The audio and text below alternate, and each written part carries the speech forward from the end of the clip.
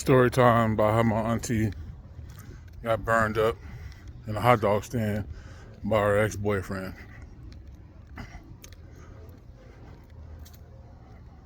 Way back in 1995, my auntie tragically lost her life by her ex-boyfriend because he didn't want her to move on with her life. He was very, very jealous, and she's not here because of it. So this goes back into, like I said, 1995. I was I was 13 at the time, getting ready to turn 14, and I was so young at that time, and I couldn't do anything. I feel guilty still to this day because I couldn't do anything to help my auntie, but it happened. So my auntie had this boyfriend named Tony that used to come to my mom's house back when we was little all the time, and my auntie used to come over, and we enjoyed my auntie come over because that was one of our favorite aunties.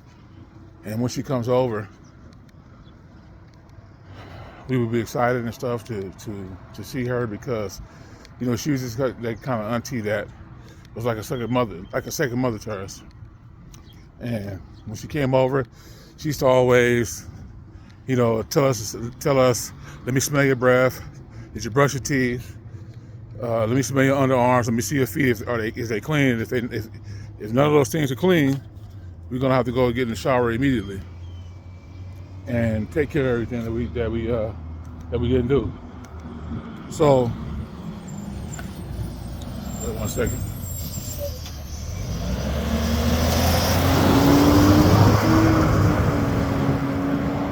So,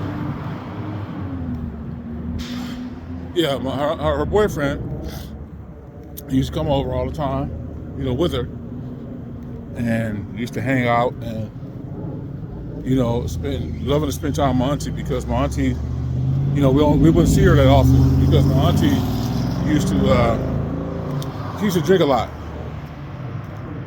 drink a whole lot, but she was a functioning alcoholic. And so, back in those times, that people that drink, they used to drink beer and stuff like that, you couldn't tell that they was drunk because it was so functional. You would think that that's just them on a regular basis.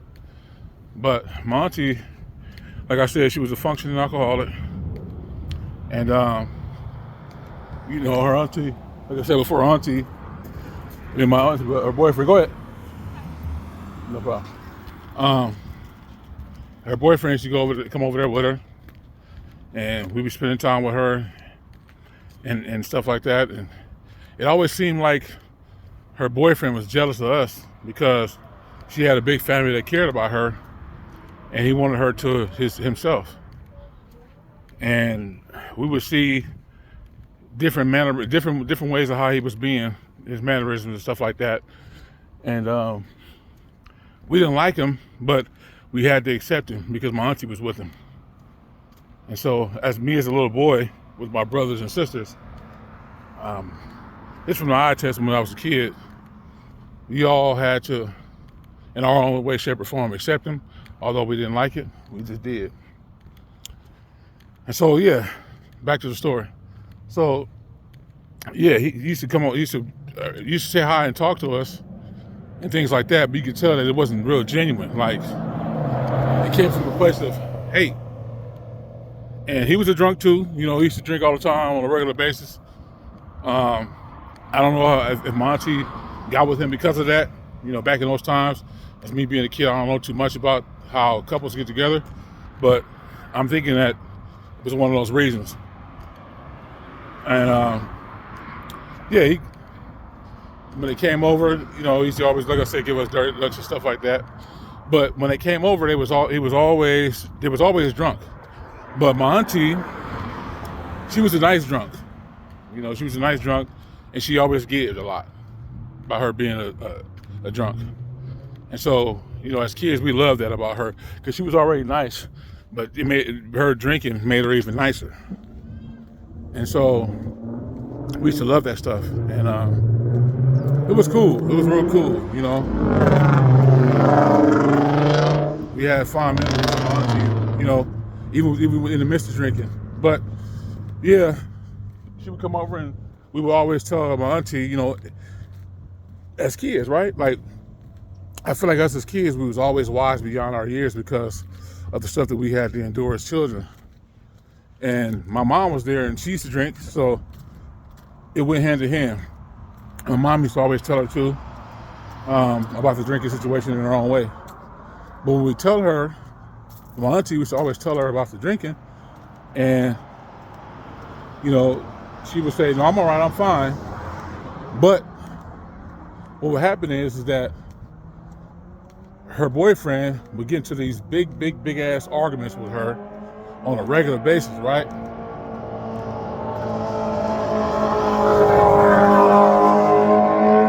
And he would always tell her, you know, in the midst of arguing with her a lot, because my auntie name was Gwendolyn. You call her Gwen for short. And yeah, her boyfriend used to always tell her that he's gonna kill her, right? And even back, like I said, when I was a kid, like when somebody tell you something so many times, you kind of thought in your mind, you know, that they would do it because they would say it often. And he used to always tell her all the time, you know, that he'll kill her. And my auntie, in her own way, would always argue back with him and say, you know, when we tell her to don't go with him and stuff like that, she said, "Oh, no, don't worry about it. I got it, baby. Everything's all right. You ain't got to worry about nothing. I'm going to handle him." Right? And so by us being so deathly afraid of, you know, what may happen to her, we always told her often. But my auntie always, you know, she shunned us off by telling us that she got him. She'll handle him. And, you know, it always stuck in my mind about that. And so, you know, she would leave, and when she would leave, you know, probably like a couple of days, because, you know, back in those times, you know, we would see each other, family would see each other on a regular basis often, right? And so my auntie would be gone, and she'd come back like maybe 3 or 4 days later. When she'd come back 3 or 4 days later, we would see her again and get all excited like we usually be. And lo and behold, here comes her boyfriend again, right behind her, right? Like two peas in a pod that really, you know, just like from being, you know, codependents and drinking together, you know, one couldn't be without the other. And so we would always, again, see him, he'd come back over again. You know, next time he come over again, he'd be drunk again. And, you know, we would endure this and we would see this and we would like it. And so we always pleaded with her over and over again to leave him, to leave him, to leave him. Because we knew with the threats that he made that he would constantly, from him constantly saying that he would do something about it, right? And so we would, you know, we would basically tell her over and over again, and she would just shun us off again. And, you know, we would, you know, it'd be the same repeated pattern over and over again. And I felt like to some degree that we were really getting to her by telling her, but because of our drinking, we didn't really get through to her like we needed to. And plus we was kids. So by us being kids, it didn't hold no weight like that. You know, because, you know, although adults, they took care of you and they did things for you as a child back in the day, you know, usually it wasn't what the kids say. It would be more what the adults say.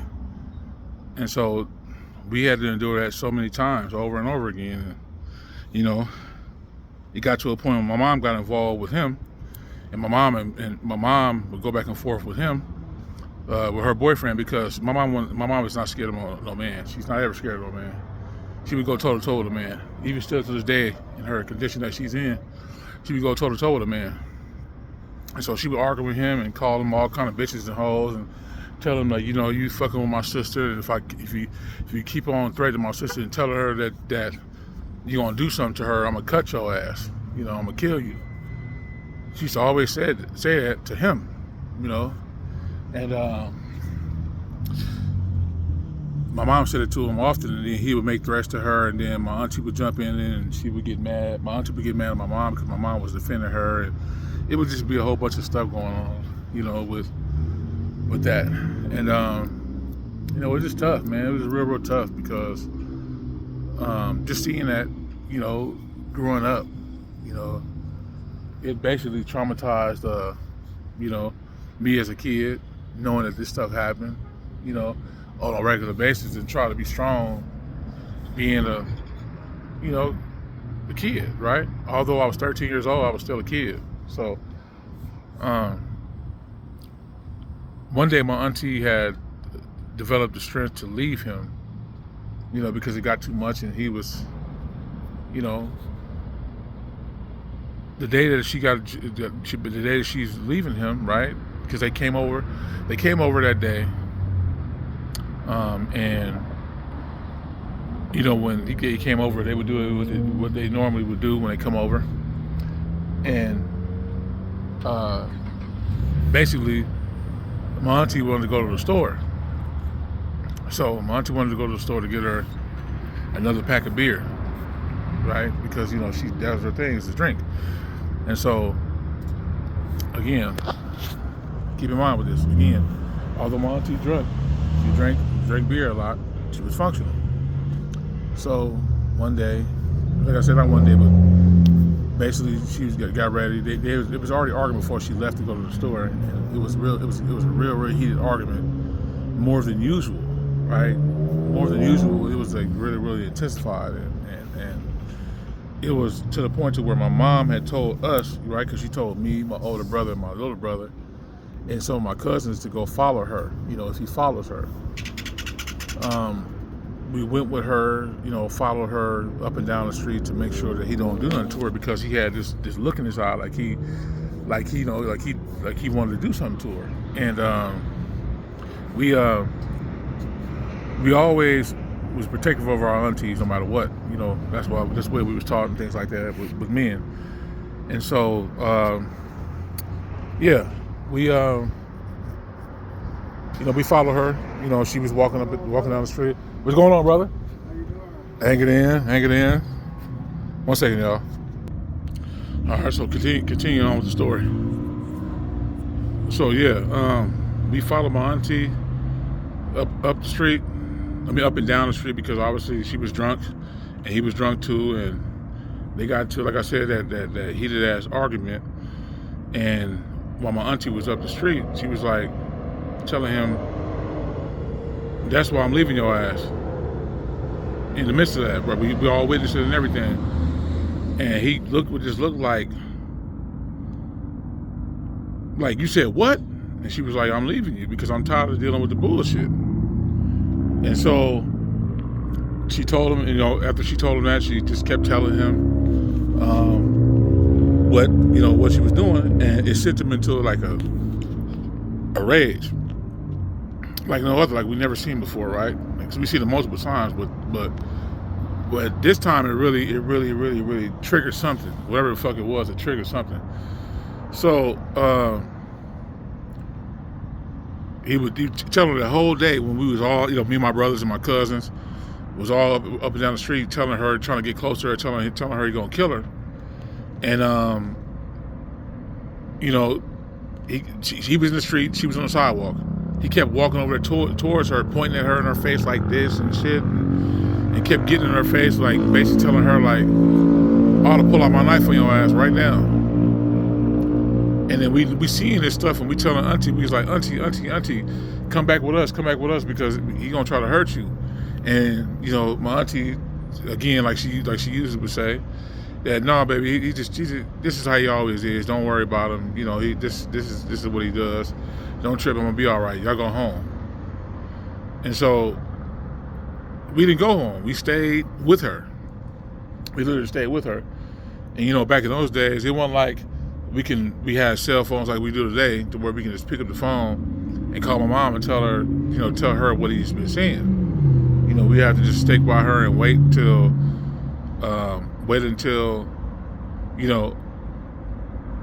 we get home to tell her. So we sticking with her, and Monty never allowed us to go to the store with her if she's going to get liquor or anything, because she protected us at all costs. Even if she was in the midst of things with anybody, she made sure that we didn't see shit like that. And so we didn't go. We was traveling with her, right, until we got to a certain point. And during this whole time, he still was arguing with her. And when he was arguing with her, he still was making these big ass threats, telling her, and wanted to get close to her. Shirt off. He had a button-up shirt that was open and shit. Drunk as hell in the middle of the street. Luckily, no cars came, because it would have hit his ass depending on how he was that particular day. But my auntie convinced us to finally turn back around and leave them two. And we was deathly afraid to leave her. Like, keep in mind, y'all, we did not want to leave her. But we kids, we kids. We don't know no better. We only gonna do is what our parents or what our aunties and uncles tell us. So we walked away from her, and we was, crying in tears and everything, because we thought that something was gonna happen to her, because we thought that she wasn't gonna come back to the house, after getting her beer. And she she went, and we just, we went back to the house. And this was worried the whole time. And we got back to the house, told my mom what's going on, the situation. And my mom told, my mom was like, trying to tell, calling my uncles and stuff, and let them know what's going on, the situation. But they wasn't around to where they can get to where my auntie was that particular day. And so they couldn't get to her. So it was all pretty much my auntie and him. And so fast forward, that my auntie finally came back to the house, and he wasn't with her. And my auntie was telling her, talking to my mom, and we had overheard that, my auntie told my mom that he was making these super immediate threats to her, saying he's gonna kill her. And my mom just kept telling her again, like, you need to really leave him. You need to really, really leave him after what he said, because he's threatening you so damn much. And by him threatening you, I don't want nothing to happen to you, And so eventually my mom and my auntie got into an argument, and my mom told my auntie to leave. And she eventually left, and we knew something happened, but we played it off like we didn't know what happened. And so when my auntie was getting ready to leave, we hugged her and told her where she's going, because we wanted her to stay. And my auntie was like, I gotta go, baby. Gotta go. And I'll never forget. We hugged her and squeezed her tight. And she basically told us she gotta go, and we cried and stuff. And eventually, she left, and my mom was telling us that she'd be all right and stuff like that. But we kept thinking, because of what happened, that she wasn't gonna be all right. And she left. And so by this time, my auntie, what I didn't say in the story is that my auntie was homeless at this time. And my mom always opened her doors to her, to stay with us. But, when a person is drunk and stuff, they don't think for themselves. And my auntie just was so independent that she didn't want to stay with anybody. And so my mom would just constantly talk to her, or call her, or basically when she comes over, try to convince her to stay. And my auntie would just fend her off, and saying that she was good, and we knew she wasn't good, but she was drinking a lot, and she committed herself to drinking a whole bunch, and she just didn't want to let the drink go. The drink was her best friend. And me and my brothers had seen her. We seen her at this place we used to go play video games at, arcade games. this place called the Underground. We used to go play games at and stuff. So my auntie was nearby that area, right? It's a place called Berkeley that she frequent at, because obviously, when you're homeless and things like that, and you in Berkeley, you can be yourself, and people won't think that you're homeless because she was around hippies and things like that. And so I remember we seen my auntie and stuff, and again, when we see my auntie, she was drinking again that day, and she was telling us, asking us how my mom doing and stuff like that. And when we,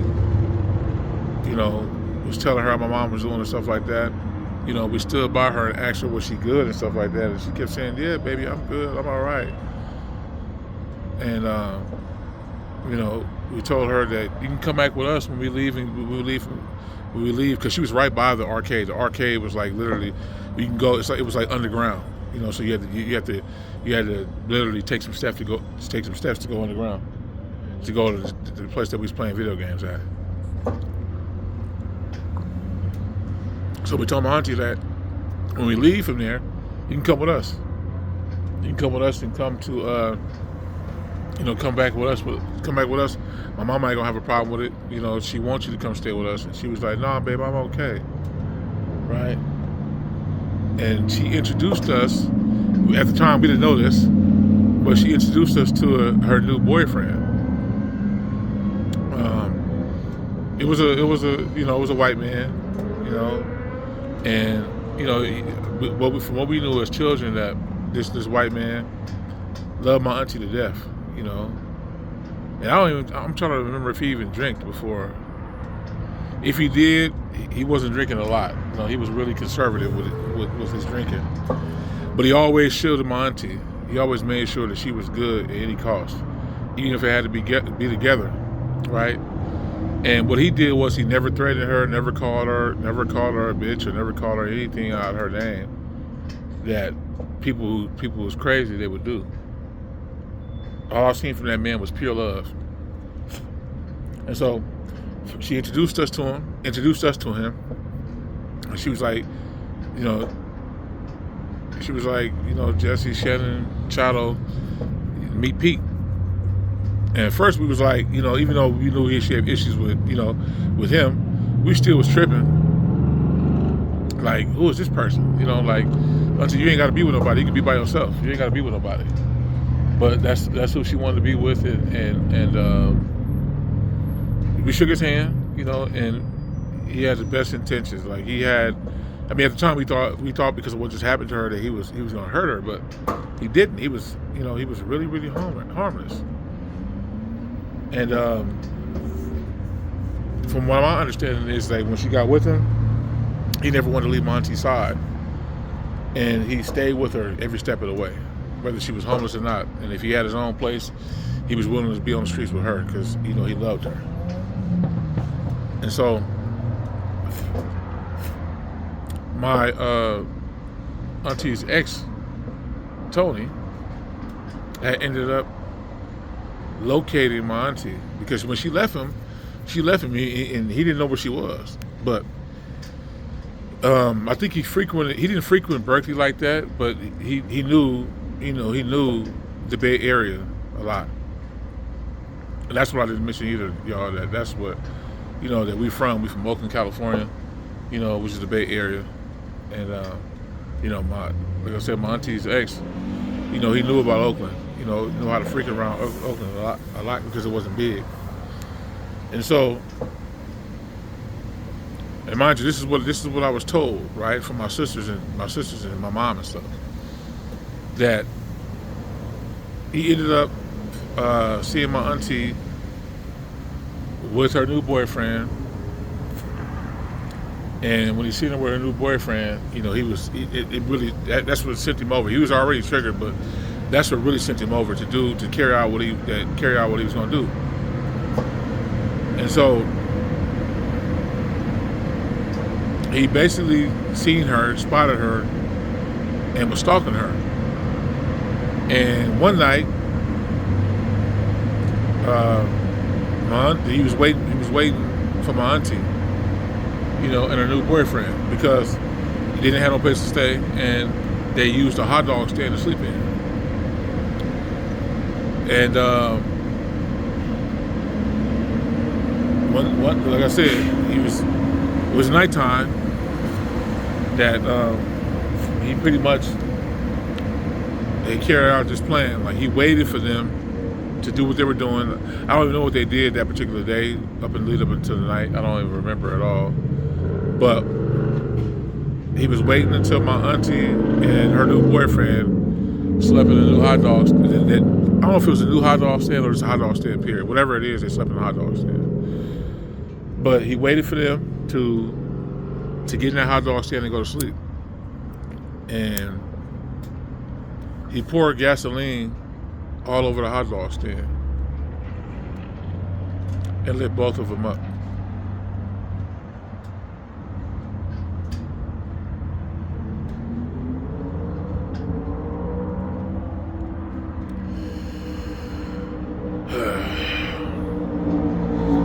Yeah, he lit both of them up, man. And once my auntie recognized that she was on fire, like literally on fire, she got out of the hot dog stand. I mean, listen to this, y'all. My auntie was very powerful, man, like very powerful woman. And I don't think anybody that would be in a situation that's literally lit up, like burning, will do what my auntie did. And I haven't heard any stories like that still to this day. My auntie realized that she was on fire, and she literally got out of the hot dog stand and was walking and talking. And people was asking what happened with her. They were screaming and hollering, and they was asking my auntie at the time, whoever was around her, what happened. And she said, Pete's dead, Tony did it. It's like when she was on fire, my auntie knew who her killer was. And she was in flames, talking, describing who did it to her. And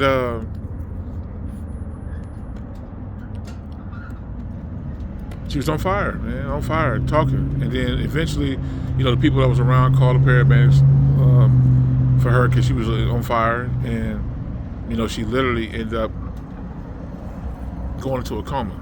Because those are the last few words that she said before she went into a coma and eventually died. She went to the hospital. She had third-degree burns on her. And by having third-degree burns on her, my auntie was my mom, like I said, my mom and sister told me this. We didn't go to the hospital to see her because it was too traumatizing for us as kids. Like I said, my older sister was older. Basically, she was like, almost a grown woman. So she was able to withstand that more than we was. And so my auntie was a very cleanly person, from what I told y'all in the beginning. Like, she was a very cleanly person. Like, she was so clean that when she walked, she's squeaky, like literally squeaky. Body clean, teeth clean, everything just clean, because that's how she was. And my mom told me that when she seen her, that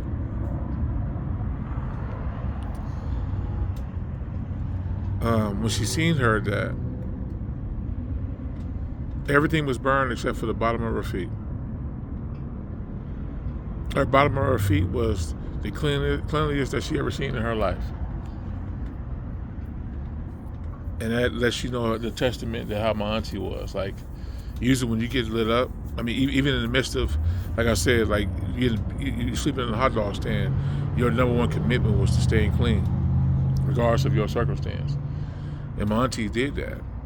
And she literally, the bottom of her feet was clean. And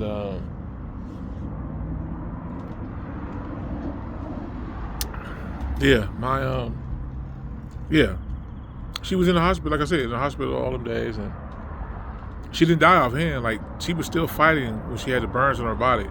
Like my auntie, I believe, I want to say she lived a week before she died. And so she withstood all that. She couldn't talk no more. She literally was just in the hospital, just on a machine. I believe a breathing machine. And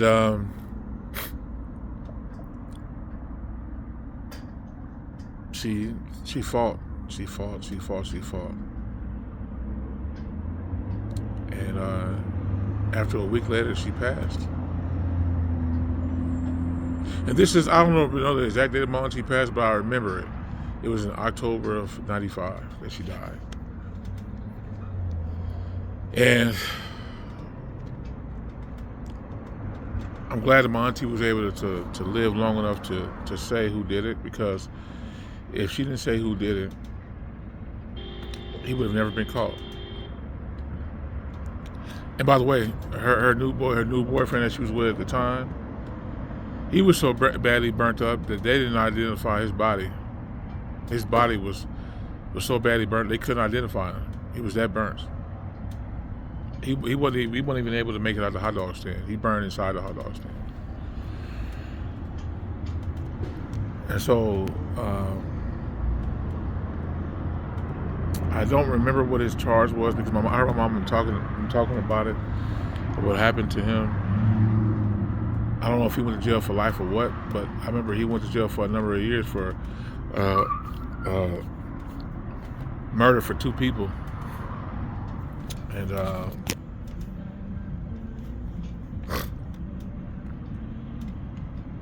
it's tough, man, like to talk about this. I mean, I still get emotional about it. Tears is coming out my eyes because, I'm able to withstand it, but because I'm older, but it still hurts inside. It really hurts inside. To know for a fact that my auntie was strong and resilient, and knowing the kind of person she was, even outside of her drinking, that she basically got killed by her ex-boyfriend over age. And so I say that to say this, y'all. It ain't worth it, man. Just walk away from the situation, Don't let your mental health dictate. Don't let your mental health dictate how you act towards someone else. It's real out here, people. And nothing that no one does besides trying to bodily harm you, like physically harm you, should never provoke you to do these type of things. Find ways to not go there, because again, you can make a split decision that cost you your life. And that's what happened with my auntie. Like, not because she made a decision, it's based on what happened with her boyfriend that costed her life. Because he can't handle the fact that she wanted to move on. She had the strength and power to move on from him, and basically